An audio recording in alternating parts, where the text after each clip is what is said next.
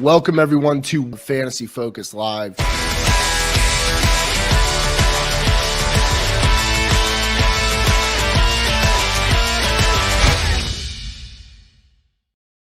Hey folks, welcome back to the Candlestick Kids Fantasy Football Podcast on the Fantasy Focused YouTube channel. I'm your host, Bobby Lamarco, and I'm here once again with my left-hand or right-hand man, whatever which you're looking at the screen. Buck, what's going on, buddy? Left-hand man today, Bob, doing fantastic. This is a very rare, daylight recording for you and I, which I think is a first-timer. Yeah, it might be. I'll take a daylight recording anytime because I'll tell you what, you grind me down, Bob. Yep. You render me into just ground buck, and that's what you got at 9 o'clock during our normal recording schedule. Yep. Now you're going to get full bore buck. You're getting full gut all the time. Gutty 47, find my new handle. You might have a hard time finding it, but it's Gutty, and it's 24/7, Gutty 47. Love it, baby. I like it. I like an energized buck. We're going to, you know what? Hey, listen, as long as my company doesn't find out I'm recording in the middle of the day, we're good. I'm going to. Lunch break, Bob. Yeah. You have workers' rights. Rights. That's true. And honestly, now it's just becoming a protest for workers' rights. That's what I love about this podcast. It starts off as fantasy football. Now we're talking workers' rights. That's what I love the most about us, folks. All right, listen, we're going to get into it today. Me and Buck, you know what we do. We're going to talk a little bit about Thursday night football because there is a Thursday game. Honestly, the Tuesday game has thrown me off. I forgot that waivers were today. Good thing I put my Ronald Jones bid in and got him, by the way. Thank you. Oh, he was available. I got him in one league. My shallow 10-team league, he was available. I got him. The Leonard Fournette owner, don't know what you're doing, but hey, I spent all my fab. I got him. Probably going to start him over. Maybe we'll talk about that later. I have some questions for you, Buck. Let's get some gut. Let's get some gut in the lineup later. But today we're going to be talking about Thursday night football. Titans, 49ers should be an interesting game. Some fantasy relevant players there. Also going to be talking about our starts of the week. Today it's the holiday season. When there's no Grinches, it's all Santa Claus. And me and Buck decided to give you nothing but a bunch of starts this week. We're going to talk about a bunch of players, every position that we're feeling, quarterback, tight end, you name it. We're going to talk about a bunch of guys, not just one, that we're feeling in your lineups this week. Some guys that might be less owned that you can maybe find on shallow waivers and or some maybe RB2 or flex plays that we're feeling. So we're going to break that all down in just a little bit. Go ahead, Buck. Can I interject with the methodology behind this? Mm-hmm. So the methodology is you got me, low rent, very lowly owned players, because that's how I roll. It's just pure gut all the time. Bob, he's on the West Coast. He's an elite. He has the status over me. He's also a damn genius at times. So you're going to get a little mixture here. So if you're really scrambling because of the COVID, then I'm your man. If you have a little bit more leniency, a little more leeway here, go with the Bob picks because I guarantee you they look sexier than mine. Well, I mean, honestly, it's week 16, right? And yes, there is Austin Eckler's, there's the Tyreek Hills, there's the Travis Kelce's, some bigger name guys that are out, and you might need to now go to the waiver wire. But for the most part, if you're in the semifinals, you have your team. And now it comes down to which RB2 do you want to start? Which flex guy are you looking at this week? Because your rosters are pretty set. So that's kind of why my mindset changed. But typically, yes, Buck is right. We've been under 50% owned most weeks, sometimes outside the top 24 owned players that we've dived into. But this week, I took a little different approach. But the good news is Buck brought his garbage pail, whatever, lunch pail, garbage pail. He brought both. No, gutter. Honestly, he eats his lunch. I brought an entire gutter. I just brought a gutter from the side of my home. That's awesome. And that's what we do here. We actually we dismantle our homes to bring it to the podcast to help you start your lineups properly this week. All right, so before we do, we've got to just take a quick commercial break because all our podcasts are brought to you by BetOnline AG. And after this quick commercial break, me and Buck are going to dive into Thursday night football. Be back right after this. BetOnline is back and better than ever. A new web interface for the rest of the NFL season and the NBA season. More props, odds, and lines than ever before. BetOnline remains the #1 spot for all football and basketball action this season. Make sure to head over to the new updated desktop or mobile website and sign up today and receive your 50% welcome bonus on your first deposit. Just use the promo code BELIEVE50. That's BLEAV50. BELIEVE50 to receive your bonus. From football to basketball to NHL to boxing to UFC, right to your favorite Vegas casino games, Don't wait to take advantage of all the amazing offers available for the rest of the 2021 seasons. BetOnline is the fastest and easiest way to bet all your favorite sports. BetOnline, where the game starts. All right, Buck, let's talk a little bit about Thursday Night Football preview. And Hit me, of Buck. course, this Thursday Night Football preview, of course, is brought to you by our Sunday Live Start Sit Show. Make sure you're joining us this Sunday. We're going to have a special guest potentially on this Sunday. Myself, Sky, Ryan, we're not going to be there. It's going to be Buck leading the show, of course, with a little dash of Jordan, maybe a special guest. We don't know. But make sure you're joining us this Sunday live, 10 a.m. to 1 p.m. Eastern. And it's also brought to you by Good Sports. As a reminder, every dollar of a donation that you give us, 10% goes to Good Sports. We have donated $150 to the cause already this season. We're looking to double that hopefully in December, but you guys will help us out and go along. But come Thursday, all these start sits, big questions you have. Make sure you're coming on Sunday. We're 3 hours of start sits, so make sure you're joining us there. All right, Bob. Yeah, Thursday night. and the rails are going to come off, Bob. The rails will come off. You leave me alone with a microphone, God knows what I'm going to do with it. I like it. I mean, that's what I was hoping for. I actually am available, but I've decided to just not go because I want to see what happens when we just do a solo Buck Pod on Sunday. So, no, man, enjoy time with your friends, family, all that. I hope everybody out there does too. But seriously, tune in. There should be fireworks. You'll have me scrambling all day long. All right. So the Thursday night game, break this down really quick. I actually like the games where it's not your typical division game. I like when they mix it up. 49ers, Titans, not your typical game, of course, because it's AFC versus NFC. You know, this is actually nice. These are actually kind of similar teams in the sense they want to establish the run. They work off that, a lot of play action, that type stuff. But this is a low over under 44 points, according to FanDuel Sportsbook. Minus 3.5 for 49ers on the road. So obviously they're pretty big favorites. Even on the road, they're actually favored in this game. There is some key injuries. Of course, on the 49ers side, it's Elijah Mitchell being out at running back. There is a couple injuries to the Titans as well. They're going to be down Roger Stafford and Taylor Lewan. That's two of their starting offensive linemen this week. So that's not good for the Titans run game and also Ryan Tannehill. They're also going to be down some key guys in the secondary. They're also down some guys in the Titans defense is down some players, but A.J. Brown might be back. So we're looking to see. It sounds like he's going to play. Julio got a full practice in, but I mean, this guy can't even stay in the game it's ridiculous how he comes and practices in full and he can't even finish a game, which drives me crazy. But A.J. Brown, Julio Jones, both in the lineup together again for the first time in months. And then one of their top cornerbacks, Janoris Jenkins, to be back. So, Buck, before we dive into each individual player, any injuries stand out to you? Anything about this game stands out to you overall? I know that the 49ers have won 5 of 6, so they're looking like they're on a bit of a tear here. They're looking like a more well-rounded offense in terms of their attack with Jimmy G kind of chipping in as well. The problem I have is, how are the Titans home dogs here? Titans are 9-5. Like, what is Vegas? That's what's bothering me, Bob. What does Vegas know that we don't? Did you watch that? What do they know? The fourth quarter of the Steelers game. I mean, they just I don't know. They just don't have offensive firepower right now. I mean, A.J. Brown back should help, but they're just not. They're not impressive to watch. But are the 49ers all that impressive in their own right? Because I'm not convinced.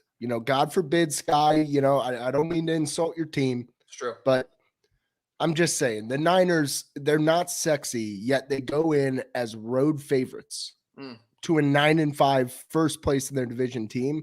That's the part that has me very unsettled.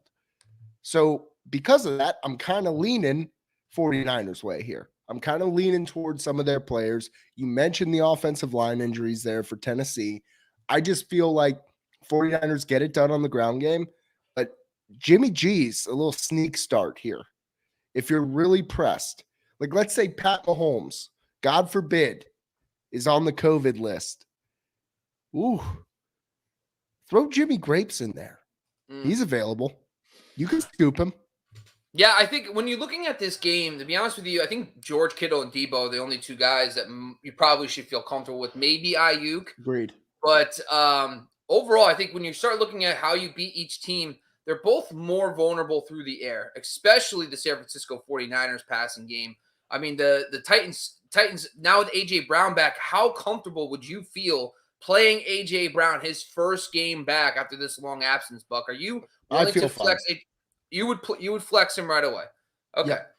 So A.J. Brown in, Debo in, George Kittle in. What about Ayuk? Would you rather start A.J. Brown or Ayuk in this game? A.J. Brown. Okay.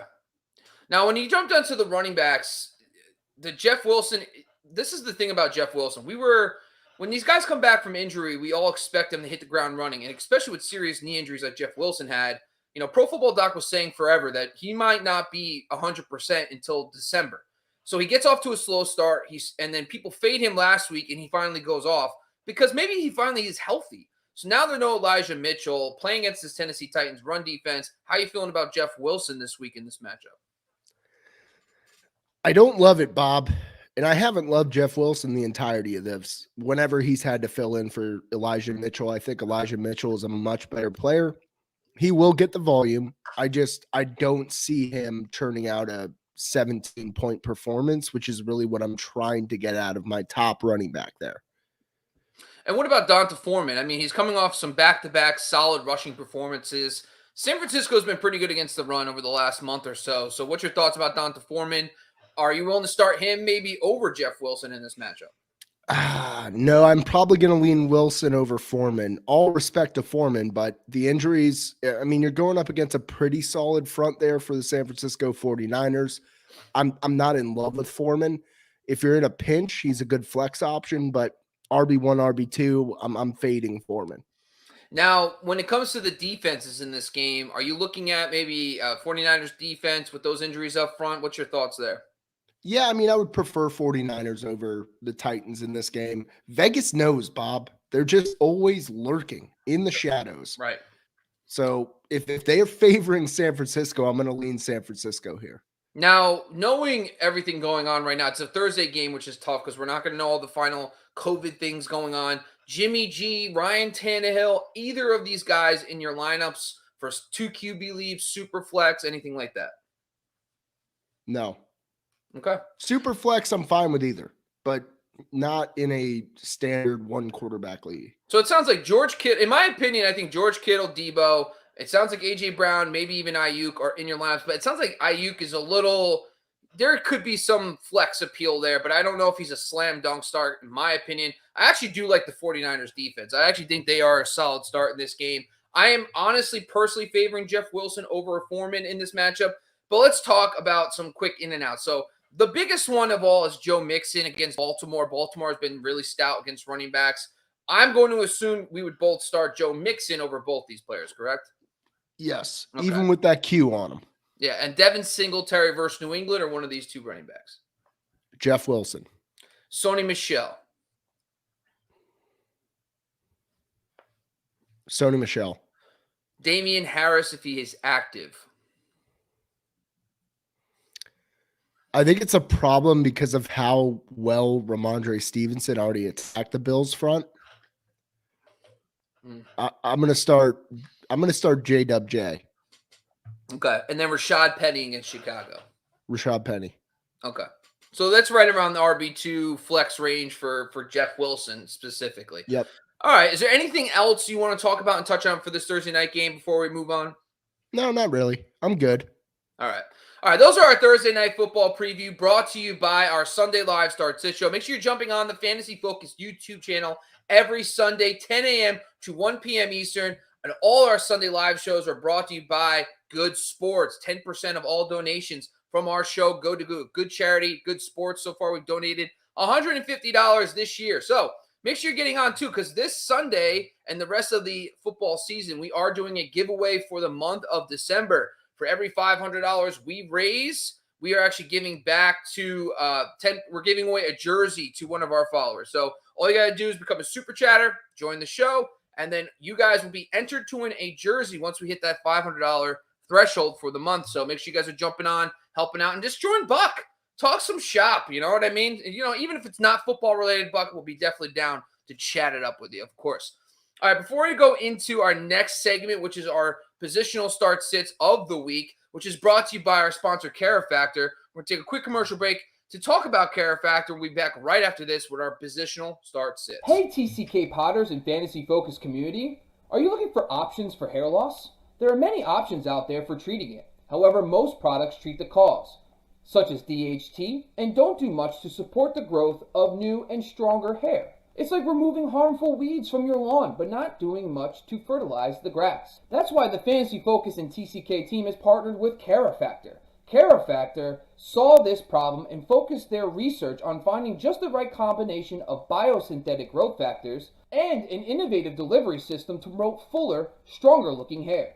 So whether you're a listener who suffers from various forms of alopecia or even stress-related hair loss, the CaraFactor treatment is the perfect scalp-friendly solution that can help and influence stronger and healthy hair throughout all stages of the hair life cycle. And now, exclusively for TCK listeners, use the promo code TCK at checkout to get 15% off all products at shop.mycarafactor.com. That's shop.mykerafactor.com. CaraFactor, skincare for hair. All right, Buck, let's get into it. Yeah, skincare for hair. Skincare for hair, baby. I'm telling you, I need to get on the CaraFactor train. No doubt. Well, it's about time. Let's get it done. I mean, me too, man. I got a little thin up front. We'll be right as rain within the next year. By 2022, me and Buck are going to look like Fabio out there. You better believe it, Bob. You better believe it. All right, Buck, listen, we technically say start sits, but today it's a starts and streamer show. That's a misleading headline. You could drop an S. It's a double S week, folks. Buck, we're going to talk some starting quarterbacks, guys that we're looking to potentially stream, and or some guys maybe you have on your bench as a QB2 that we like to start this week. So give us one or two of your guys. Give us your QB starts. So I got one that I'm really high on, the other one not so much, but it is an option. It's just like, you're standing at the edge of the Titanic, you're on the very tip of it, and you're just putting your arms out. That's what the second one is. First one, Jared Goff. Dan Campbell has got his boys fighting, Bob. Dan Campbell's playing against the Atlanta Falcons. Atlanta Falcons are terrible as far as defense is concerned. You got a little thing called Craig Reynolds. We might talk about him a little bit. I think I discounted him on the live show on Sunday. My apologies to the Reynolds family. But I'm telling you what, Jared Goff, it isn't pretty, but I think the volume will be there on Sunday, and I think they're going to play a very good game against a very terrible opponent. My secondary option here would be, I'm going to say it, Bob, Trevor Lawrence. Okay. It's not sexy. It's very risky, but there are times where you are faced with a situation where maybe you have to stream this week. Superflex, I like both guys. They should both be available maybe not in a dynasty league, but in a normal redraft league, I think both options are available. I like both of their matchups, and I believe that they will come around with 19 plus points in their respective matchups here. Yeah, mine are a little bit more of like those just outside the top 12 range guys. The first one's Kirk Cousins. Now, the Chargers defense early on in the season looked very strong against the pass, very weak against the run. But over the last 5 weeks, we have noticed a slight shift. It's as they've gotten more guys in the front seven healthy, they've actually started being a little more susceptible on the perimeter versus against the ground game. We've seen it against certain teams. I mean, obviously, Big Ben Roethlisberger had a big game against them a couple weeks ago. Mike Glennon actually threw 2 touchdown passes, which is just embarrassing. As a Giants fan, the fact that Mike Glennon threw 2 touchdown passes and had 22 fantasy points against you is ridiculous. Last week, Patrick Mahomes, huge game. But I also think it's mostly to do with the fact that maybe Adam Thielen comes back, but the Chargers offense should be able, even down Austin Eckler, should potentially be able to put up points against Minnesota, which I like because Kirk Cousins is a good quarterback. He's always a product, I feel like, of the game flow. If there's one, if the other side's going off, the Vikings have the firepower to go off. But if they're in a game where it's low scoring, like, for example, when you have Justin Fields only putting up 9 points and most of that came in the last drive of the game, I think that's where my viewpoint is for Kirk Cousins in this matchup. The other one is Joe Burrow. Now, Baltimore has lost so many guys in the secondary, and including, of course, we know about Marlon Humphrey and company, but the Ravens are still stout against the run. You're going to beat them through the air. We just saw what the Packers did with Aaron Rodgers and company, making it look easy. But overall, even Burrow earlier this season had a very nice day versus team. Chase went bananas against Baltimore. Just I think it was back in like week 5 or 6. And I like Burrow this week because, Tyler Huntley or Lamar Jackson, whoever it is, looks like they have a thing going with it. So they're both playing very well. Their offense is playing well. But I think Burrow and Joe Mixon is not going to be able to dominate this game on the ground, which is going to force Joe Burrow to throw a little bit more in this game. So I do like Kirk Cousins and Joe Burrow this week as starters for quarterbacks. So jumping down to the running back position, Buck, give us some running back starts that you're feeling this week. I like Craig Reynolds and Ronnie Jones. So not Ronnie Jones of Auburn fame, Ronald Jones II of USC fame. The Bucs muddying the waters with Lev Bell, I think that is just a distraction technique. There's no way, and I might regret saying it, but there's no way. Bob, what's your thoughts? Like, do you think Lev Bell steps in and takes over 50% of the carries? I don't. No, I don't. Okay. I think the problem is they needed a passing down back, a guy they trust in pass pro, a veteran, because Keyshawn Vaughn wasn't doing it, and Ronald Jones, that's his biggest problem. So I think he's still going to get you 15 to 20 carries, maybe a catch or two. But the one thing you're going to bank on with the Bucs is they need to take leads, and they're playing Carolina this week, so we think they could take a lead even with all their depleted weaponry. So I think, from my opinion, Ronald Jones. I'm debating on starting Ronald Jones over like Amari Cooper, Antonio Gibson in my flex because I think he's going to be a slam dunk this week. Yeah, I mean, Devin Singletary went for 86 yards and a touchdown against this same defense last week after being completely absent. Oh, yeah. I mean, listen, in any of the games that he gets major touches, I mean, he dominates. This season, he has not seen a lot of big-time carry games. It's been all Lenny. It's been all Lenny, but he got 10 carries. Against Chicago, went for 63 yards, 8 carries for 33 and 1, 8 carries for 63 yards. Like, anytime this guy gets the ball, he's electric, and he's a great pure runner. Plus, the Panthers, I mean, they're dealing with a lot of injuries too, in and out of the lineup in the secondary. They just lost another guy. So I think Tom and company are still going to be able to move the ball. They're getting Antonio Brown back, and they'll be ready to rock and roll. Yeah, and then Craig Reynolds, I just like the matchup primarily here. He showed enough last week. There's no doubt about that. I really favor the Lions in this game. I think they have some positive Mo, and positive Mo is what it takes late in the year when you're a losing team to come out and just shell shock people. Who saw them beating the Cardinals by 18 points last week? Just, it's a Chip Smith miracle, Bob. Week 15 is that was whacked out. That was a whack. That was like, for that to be the first round of the fantasy playoffs was just bananas. It was, I mean, so many top seeds got derailed because of this week. It's so funny. That's what I love and hate about fantasy. You could be dominant all year, be the top seed, lead in points, and you just have one shitty week, and it doesn't even matter. You're just a schmuck like everybody else. So, Bob, I was going up against the top seed. Well, I guess I was going up against a 3 here. So I was a 6. I had DK Metcalf and Gabe Davis. And I'm sitting there, and it was one of those last second pull the trigger. It's Gabe Davis. I don't know why. I don't know how, but I felt like he had a better chance of having a big game. And if I wouldn't have done that, Bob, I would have lost. I would have lost the game by 8 points. Those are the little moments where it's like, the weirdness will happen. We can't avoid the weirdness at this time of the year.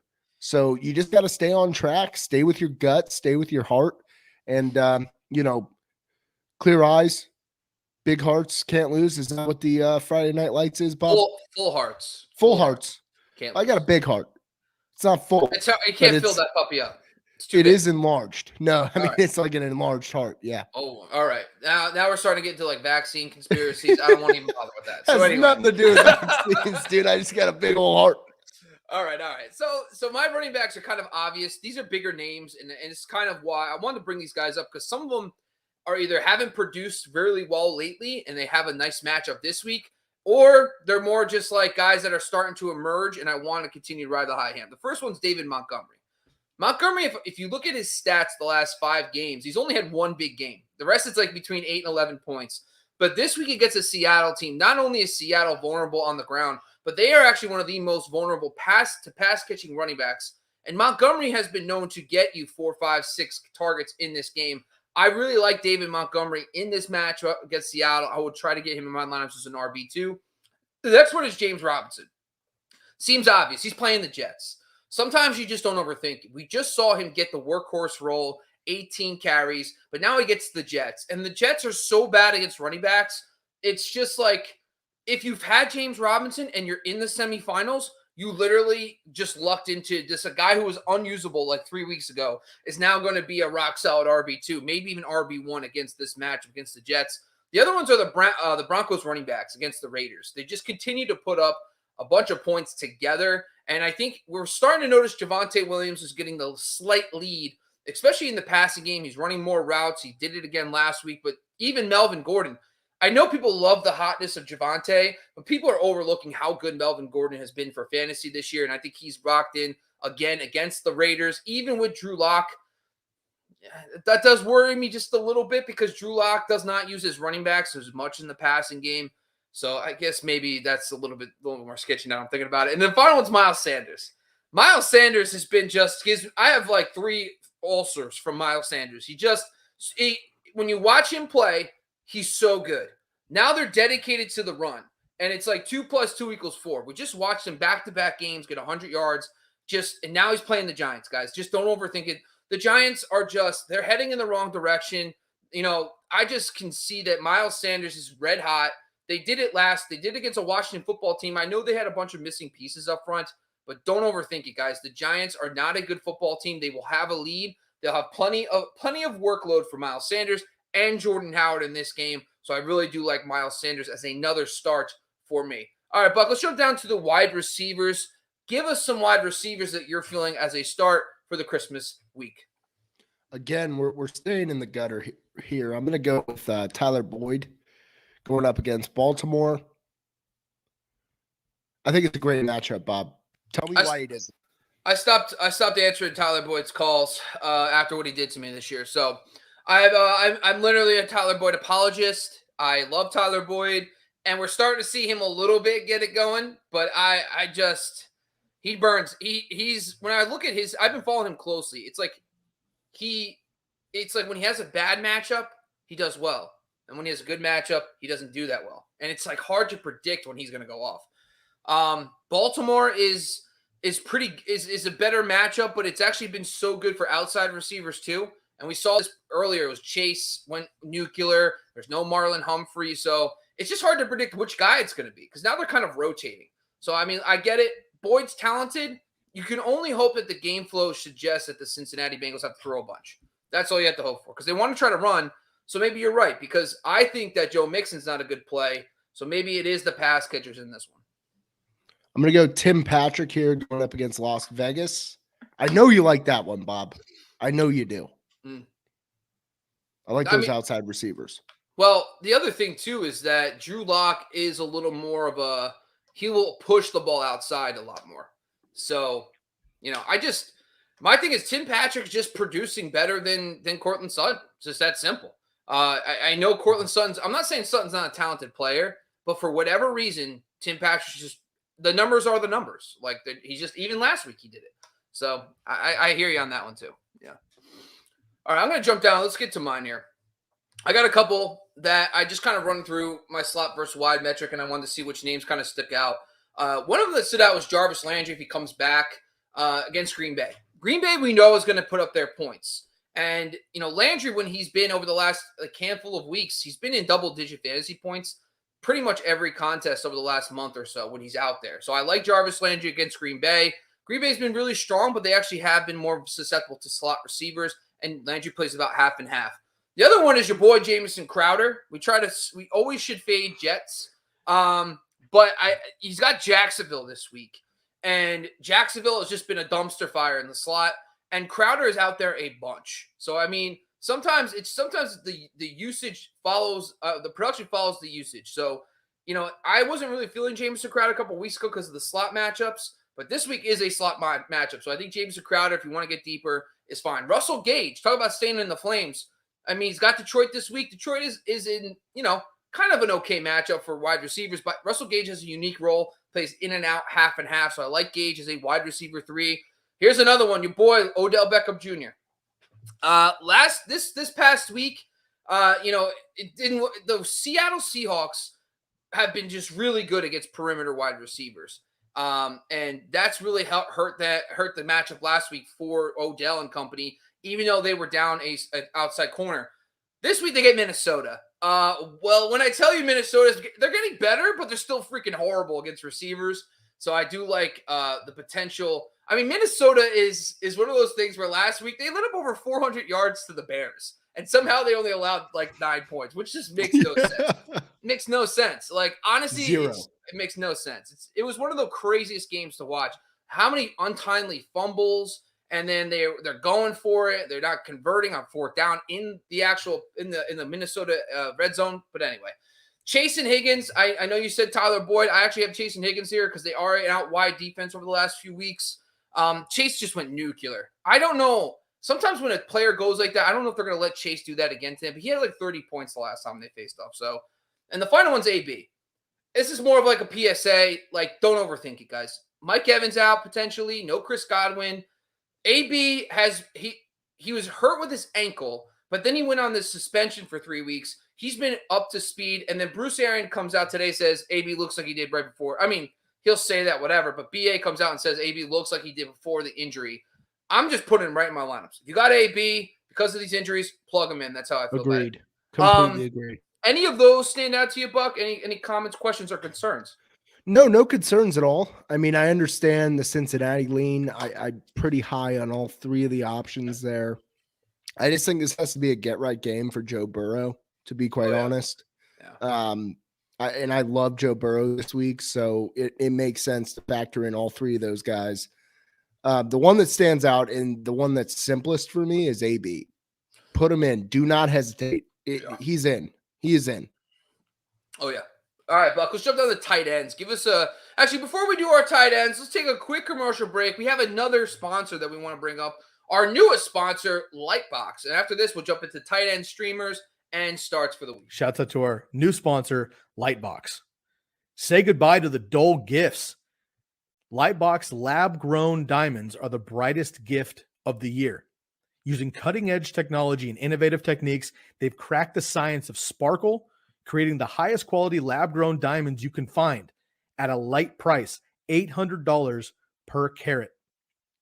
They have the same chemical makeup of natural diamonds, but are just grown in a lab. Because of their process, they can create stones of blush pink, beautiful blue, as well as classic white diamonds. Lightbox lab-grown diamonds are the gift they'll never want to take off, and priced so they won't have to. They really make any outfit sparkle. Visit lightboxjewelry.com and add sparkle to your holiday shopping. That's lightboxjewelry.com. Lightbox diamonds. Never a dull moment. All right, Buck, let's get some tight ends. So I was going to make a tight end comment there, but please, I'm sorry. I was going to say, unlike my butt after all the Christmas cookies. Well, you're talking to the wrong guy here, Bob. You're talking to the wrong guy if we're talking about tight ends. Buck, I actually haven't seen you below your chest ever. So at this point, you can tell me anything. I don't even know what your kneecaps look like, Buck. That's a problem. The kneecaps are mangled, Bob. They're not great. Okay. Many knee injuries. Yeah, it's all a blur below the belt. Gotcha. I just have one, and it is also my streaming option, Evan Ingram. He's playing Philadelphia. That's the argument. That's the tweet. So I hate Evan Ingram. As a Giants fan, I can't. I know you do. I'm so over him. Like, I really am. It's unfortunate because, like, he's just – I think he was a Pat Shurmur guy, and Pat Shurmur could have used him maybe some hybrid weird role. But anyway. So my first one is someone that's well-owned, but I think he's not a consensus slam dunk. It's Zach Ertz against Indianapolis Colts. Yeah. Now, the Colts are very vulnerable against tight ends. But at the same time, Ertz was leading the team in routes since DeAndre Hopkins has taken a step back. Don't know why, but Ertz is out there the most, running the most routes, and that's very rare. We don't see a lot of tight ends out there running the most routes on their team. Ertz is doing that. Has produced a nice, solid baseline, but I think this week with no DeAndre Hopkins again, I think Ertz could be out there. Now, for more streamers, my first one is – so I have him, and when I pick up a player to stream him, It usually is wrong. And I've been on a good streak over the last few weeks. I know exactly who this is.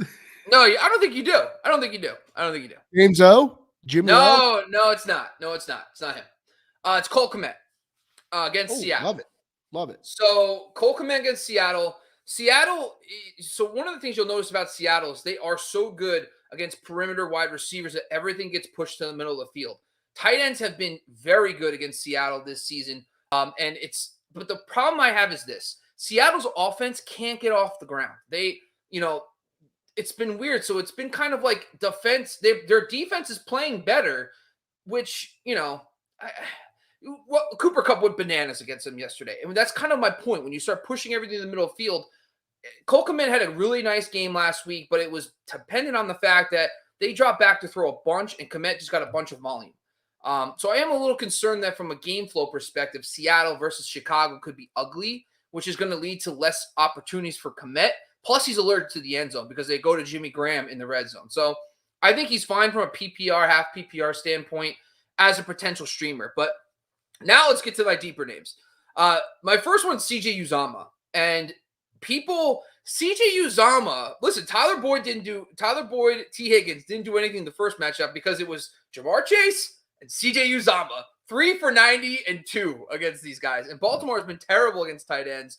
The other thing that's unique about Uzama is that he's on the field all the time running routes.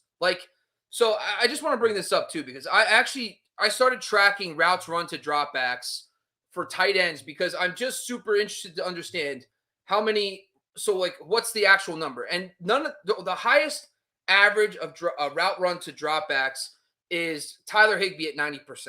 Okay. He's out there running route like crazy. But over the last 5 weeks, number 6 on my list is CJ Uzama. He runs a route 86% of dropbacks. Woo. So that's tied with George Kittle, and that's ahead of Dalton Schultz, Kyle Pitts, and Zach Ertz and Travis Kelce. Well, I knew Pitts would be on that list. Yeah. I mean, they're all up there. So that's the thing, though. I try to find – you can't find a scenario where he's got the matchup, he has the usage. Now can the production follow? So sometimes it's that simple. It's the matchup, it's the usage, because the average tight end is about 50% dropbacks, routes run the dropbacks. He's all the way up at 86%. So that's very, very rare. I mean, granted, he only gets about 3 to 4 targets a game, but the matchups really haven't been great for him. But also, the Cincinnati Bengals haven't had to throw that much. So when they do have to throw, in this Baltimore game, they're one of the most pass funnel defenses. I'm feeling Uzama. And my final one's James O. I gotta do it. Yeah, I knew we'd have Jimmy O in there, baby. You gotta get in there. Bingo, bango, James O. James O'Shaughnessy has seen his, it hasn't been that special. The other thing is Dan Arnold. It's not. But he went 4 for 60 last week. I mean, he actually had a decent game, James O. So he was actually a serviceable play this week against Houston. The other thing, though, is for James O is that Dan Arnold is been activated off IR. So I think that's why he's off my list. I don't think I want to worry because I don't know what Dan Arnold means for this offense if he plays. He has been activated off IR. Does that mean he starts? But I would watch that. But I don't think you need to go much deeper than CJ Uzama this week. The other one is Ricky Seals-Jones. Because Ricky Seals-Jones, people will realize he's coming off a very serious injury. Now, the first week he comes back, he ran less routes than Bates. But this week it flipped. So he's up to 2/3 of the routes run to dropbacks. He had 7 targets against the Eagles. I know he was playing with a backup quarterback, but Dallas this week, then the Eagles in the playoffs. I don't know if you need to start him, but maybe stash him because if he produces again and takes another step against Dallas, then he gets the Eagles the final week. You're talking about a tight end 1. So I think that's someone I'm actually keep my eye on too as well. All right, Buck, let's talk about some defensive streamers and kickers, and let's get out of here. We got places to go. We got fancy dinners. Buck's got to put on pants for the first time in 3 weeks, people. So we got to get out of here, get all fancy. All right. Not looking forward to the pants, Bob. I had to put on pants on Friday. It was a fucking nightmare. I had to wear jeans, and I was so grumpy. This is not a jean spot. This is I got to put on some damn chinos. I know. I went to a client meeting with a suit for the first time in 2 years. It was not great. You could just see the go fuck myself on your face. It was not great.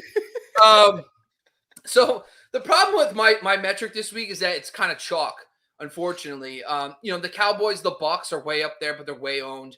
The 49ers is the first one that kind of might be still available. Against Tennessee, I really like. Saints against Miami, I have up there. Seattle against Chicago is interesting. Eagles versus the Giants seems like a trap. I played the Eagles this week. They sucked against Garrett Gilbert and whatever, the big red dog. I don't know why I thought that, but for some reason, Double G, can't get it done. That was ridiculous. I watched that game. I was so pissed off. I wanted to call up Jordan and just yell at him for 20 minutes. Be like, what the hell is going on? You guys can't even sack Garrett Gilbert. But they also got put in some bad situations early that game, and they got real strong towards the end. I get it. But they're playing the Giants. Just be aware that, I don't know, they only got 6.5 points in one of my league formats last time they faced. And the final one is the Chiefs versus the Steelers. No Pat Firemy potentially. Big Ben is kind of erratic. The Chiefs, they didn't really do that great against the Chargers, but prior to that, they were smoking teams. They should get Chris Jones back too, which is like their main defensive tackle. And that matchup, they also were down one of their main linebackers and William Gay. And then, so I think if they get those guys back, I think against Pittsburgh, especially if the Chiefs don't have all their weapons, this could be a lower scoring game, which could benefit the defense. But Buck, do you have any defenses in your thought process here? I don't play defenses here, Bob. You don't play anything? No. Bills, smash spot. Wait, so you have the Bills in all your leagues? Oh, yeah. So you've been riding that. The defense. Okay, so they're playing the Patriots this week. Yeah, smash spot. Oh, okay. Is that you say wild card? Anyway, okay, so that's I'm talking division here, Bob. No, I hear you. I'm off the Bills defense ever since they lost Tre'Davious White. But listen, if Buck's feeling it, whatever, we'll go with it. I don't mind it. The ghost of Justin Zimmer hears every word you say. Is he even back? He's not. He's done for this season, right? Yeah, he's done. All right. Let's talk some kickers and get out of here. So obviously, unfortunately, once again, the Football Outsiders has not updated their offensive drive stats for the week. I'm very upset. I sent them a memo. I was like, guys, if I don't get this up for the kickers show, it's over. Like the whole show's going under. I mean, this is what the people really are coming for. And by the way, it really is. The TCK swag, huh? It looks good. Yeah, man, I love it, dude. Make sure you guys get on it. Get on. I like the charcoal gray. I did it. Yeah, that's the way to go. I wanted hats, but unfortunately, the hats are in back order until a Republicans voted president or something. They're off the coast there in some shipping container. Crazy. Anyway, so let's talk some kickers. First, Matt Gay versus Minnesota is my number one kicker on the week. Greg Zuerlein, but also here's one that I think is interesting: is the Kansas City kicker. If Harrison Butker does not play, look out for the Kansas City's backup kicker who replaces him on the COVID list. Could be something worth noting there. Some deeper names: Dustin Hopkins, Chargers kicker versus Houston; Jake Elliott versus Philadelphia versus the Giants. And then if you're looking for other guys, Nick Folk, of course, been a stud all year, been down a couple weeks if he was dropped, and then Greg Joseph, if he was dropped, or some other options too. So those are basically some of the kickers I like this week. But if you can get yourself hands on some Matt Gay, Greg Zuerlein, I think those are the way to go. But that's pretty much all we got. Buck, before we get out of here, we got a couple minutes. Anything else for week 16? Anything you're looking out for? Whether it's, just game in general, anything you're looking for the most for week 16 of fantasy football action? Week 16 for me, it's the money week, right? Most leagues, you might get paid for third place, but you really need to get into that final. So it's all about heart, tenacity, and drive this week, Bob. So when you find yourself in a situation where your team is infected by the COVIDs, you got to think to yourself, how do I get outside of the box? How do I really make sure that I maximize what I'm doing here? Number one, you should have prepared for this 3 weeks ago on the waiver wire. Big names need big replacements, and thankfully I am prepared, but then you're left with a smorgasbord of various bullshit to choose from for your final wide receiver or whatever you got to fill in there. But there are options, and you're not scrambling. So I hope that nobody out there is scrambling. And I want to say I'm looking forward to watching the Matrix movie this weekend, the new one. It's on the HBO Max. it's probably going to stink because recycled garbage is usually pretty terrible. But we're going to see what it does here this weekend with the Matrix. There are a couple of questions here, though, Bob, if you have a couple of minutes. Sure. Yeah, I already kind of looked at them, but go ahead. Yeah, here we go. Off the record, Coys. You know what Coys means, Bob? Coaches of the year? No. Come on, you Spurs, baby. Tottenham, big victory, going to the semifinal of the Carabao Bang Energy Cup. Love to see you in here, Jerry. Appreciate the support as always. Bob probably won't need as much luck with their lineup as I do, because I'm rolling dice, Bob. I got no choice. When you live in trash for 2 months, you're just used to the trash. I'm just trash lineups for days, bro. I can't wait to throw my trash lineup into the finals. Let's go. And then you're just banking on that 125-point performance from a guy that hasn't sniffed 7 points all year, and then you hit it. Best feeling in the world. Oh, Smokey, no, it's Matt Gay. When I get Matt Gay, my kicker spot drops 20. I can't wait. Matt Gay's dropping 20. Smokey the Cat is joining us here. What an unbelievable name. Do you play Hurts over Wilson? I love this question, and the reason I love it is Wilson stands out lineup-wise, but he's not getting anything done, Bob. Yeah, I'm playing Hurts. That's the Giants versus Wilson versus the Bears. What's happening? You look like you're about to throw up. You pause. All right, you good? No, right. I had water go down the wrong pipe. In 2021, Hurts is the better player. He's the better fantasy player. Like, it's just not it doesn't need to be worried about. You play Hurts, you don't play Wilson. That's how I feel about it. I just like how candid you were. Bucks, you look like you're about to puke. I almost did. Because you froze, and you're like, and I'm like, yeah, it was close. It was close. That's okay. Let's say, listen, that's the excitement thing about our podcast. We might throw up on air. I hit the mute just in time. Appreciate it. Nice. All right. So we also need in a PPR 1 wide receiver, 1 running back, 1 flex out of Parker, Amon-Ra St. Brown, Amari Cooper, Gallup, Jacobs, Pollard, Sony, and Ronald Jones. I'm going to say my top 2 here are Ronald Jones is my running back, St. Brown is my wide receiver, and then I really don't know where I'm leaning. Yeah, I think Rojo is if you got him, you play him. He's got a great matchup against Carolina, who's really they started off really good against running backs, but now they haven't been as much lately. So I'm in on Ronald Jones, your RB2. At wide receiver position,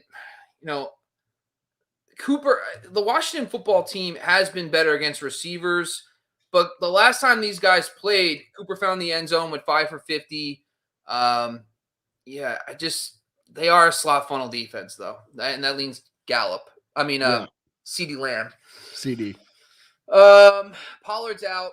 Sony, the matchup is good. He's got Houston, and I think you don't overthink it. I think if they I think I'm worried about the whole Rams offense, because how much are they going to need to do against and now Brandon Cooks is out against this matchup. So now you're talking the Rams versus Houston again without Brandon Cooks. I'm sorry. They're playing. No, I messed that up. The Rams are playing. My thing's wrong.